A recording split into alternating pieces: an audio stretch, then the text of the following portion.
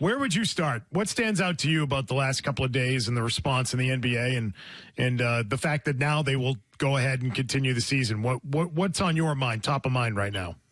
Well, hearing that they're going to continue on, that would be the first thing, because I think I'm so, let me make sure I say it off the top, I'm so proud of these young players of actually taking a stance, but I think that they also have to have a streamlined message. What is your ultimate goal?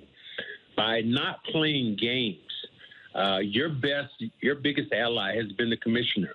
And Adam has done a wonderful job of listening to the players, doing things for the players, and running that product between the players and the governors of these teams. When you don't play games, you essentially take his legs from under him because he doesn't have a product to give to the owners, the governors, of the teams, and now you take away his leverage for your biggest ally.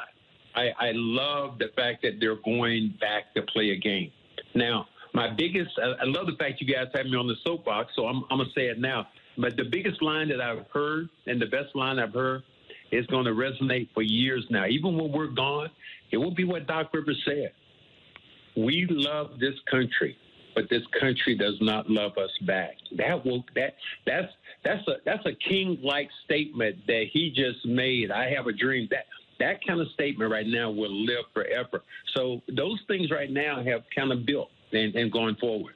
Hey, Max, I've been kind of arguing the other side, saying if the NBA players said they don't want to play, that it's just too much going on, and I'd say kind of walk away and then not do anything about it. I'm saying like not play, cancel the postseason, and then go back to your communities and actually try and voice your opinions and do something proactive to help the cause.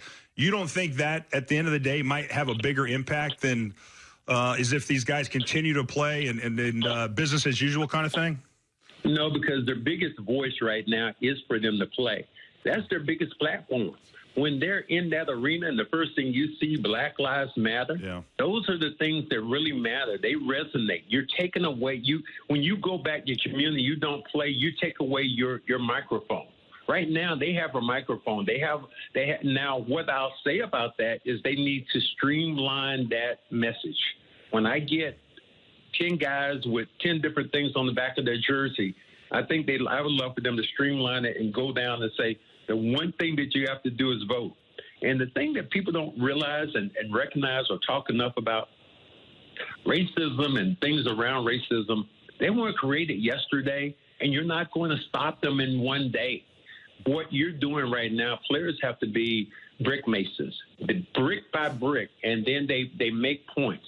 Somebody asked me, said, well, what's the difference between Muhammad Ali or your time when you played? Players right now have more, their social media. You have millions of people following them. And on top of that, players right now have economic power. When you look at a guy like LeBron James has enough money to go in and build a school in Akron and educate people, that is how you change the system. If I was doing one thing in the NBA that would be different in the bubble now, I put one thing on the back of jerseys. That would be the vote. That's how you change situations to get people in that you want to get policies to go forward. You mentioned Adam Silver, and I just feel like the guys made his imprint on this league so fast. In the partnership and the willingness to talk to players and basically giving permission to these players to have the power they have. Have you ever seen a commissioner, and maybe not just in the NBA when you were playing, but just in any sports, ever have kind of, I think, the immediate impact that he's had with the players that he's ruling over? Absolutely. I think that's the biggest message that I said. He's your biggest ally, and he has done exactly that. His willingness to listen to his players, to let players do different things that, might impact their lives. David Stern, the former commissioner, oh, hell no. David Stern was, no, my kids are not doing that. They're not doing that. Mm-hmm. And we'll say the commissioner now has really treated the players like men and allowed them to voice their opinions. And he realizes it's a social, economic era now that is completely different than it was in the 80s and the 70s. It has really changed where now we're a global community. And if it affects you, if it affects people in the street, it's going to affect basketball and vice versa. You mentioned former Celtics coach Doc Rivers, who, by the way, is the son of a police officer, Doc Rivers. Yes. How do you think coaches sort of fit into the fabric right now, or the framework of everything that is happening inside the bubble, and what kind of role do you think they're playing in terms of communicating with their players, talking about the issues, et cetera? I think they're trying to do the best they can. They realize that the players have their own opinions. I know that you would love to challenge them to stay focused on the task in front of you, play the game. But it depends on, too, and you know, this is not disrespectful, but it depends on also the coach.